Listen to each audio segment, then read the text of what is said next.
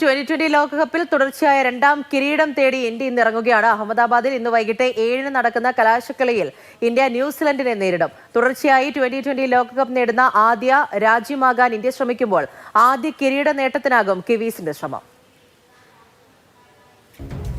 ചരിത്രത്തിലേക്ക് ഒരൊറ്റ മത്സരത്തിന്റെ ദൂരമേയുള്ളൂ ടീം ഇന്ത്യക്ക്. ആദ്യ T20 ലോകകപ്പ് കിരീടം സ്വന്തമാക്കിയ ഇന്ത്യ ഇന്ന് അഹമ്മദാബാദിൽ മൂന്നാം കിരീടം നേടിയാൽ T20 ലോകകപ്പിലെ മറ്റൊരു ചരിത്രം കൂടി നമ്മൾ കുറിക്കും. തുടർച്ചയായി കപ്പ് നേടുന്ന ആദ്യ രാജ്യം. അതിനുള്ള എല്ലാ അർഹതയും ഇന്ത്യൻ ടീമിനുണ്ട്. ബാറ്റിംഗ് ആണ് കരുത്ത്. ആദ്യത്തെ പേര് സഞ്ജുവിൻ്റേത്. ഇഷാൻ കിഷനും ഹാർദിക്കും ശിവൻ ദുബെയും അടക്കം തകർപ്പൻ ഫോമിലാണ്. അഭിഷേകിന്റെ പരാജയം അലട്ടുന്നുണ്ടെങ്കിലും ബാറ്റിംഗ് കരുത്തിൽ മുന്നേറാനാകും ഇന്ത്യ ശ്രമിക്കുക. മാറ്റ് ഹെൻറിയുടെയും ലോക്കി ഫെർഗ്യൂസിന്റെയും പന്തുകളെ നേരിടാൻ ഇന്ത്യൻ ബാറ്റർമാർക്ക് കഴിയും.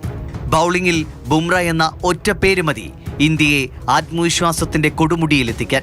വരുൺ ചക്രവർത്തി കഴിഞ്ഞ മത്സരത്തിൽ മങ്ങിയെങ്കിലും കലാശപ്പോരാട്ടത്തിൽ ഫോമിലേക്ക് തിരിച്ചെത്തുമെന്നാണ് പ്രതീക്ഷ. മറുവശത്ത് കിവീസിനെ ഫൈനലിലെത്തിച്ച ഫിൻ അലന്റെ ഓറ ഇനിയും മാഞ്ഞിട്ടില്ല. പവർ പ്ലേയിൽ ഫിൻ അലന് ആര് മൂക്കുകയറിടുമെന്നതായിരിക്കും സൂര്യകുമാർ യാദവിനെ അലട്ടുന്ന പ്രശ്നം. സഞ്ജുവും ബുംറയും ഇപ്പോഴത്തെ ഫോം തുടർന്നാൽ കിവീസിനെ മറികടന്ന് ഇന്ത്യ കപ്പിൽ മുത്തമിട്ടിരിക്കും.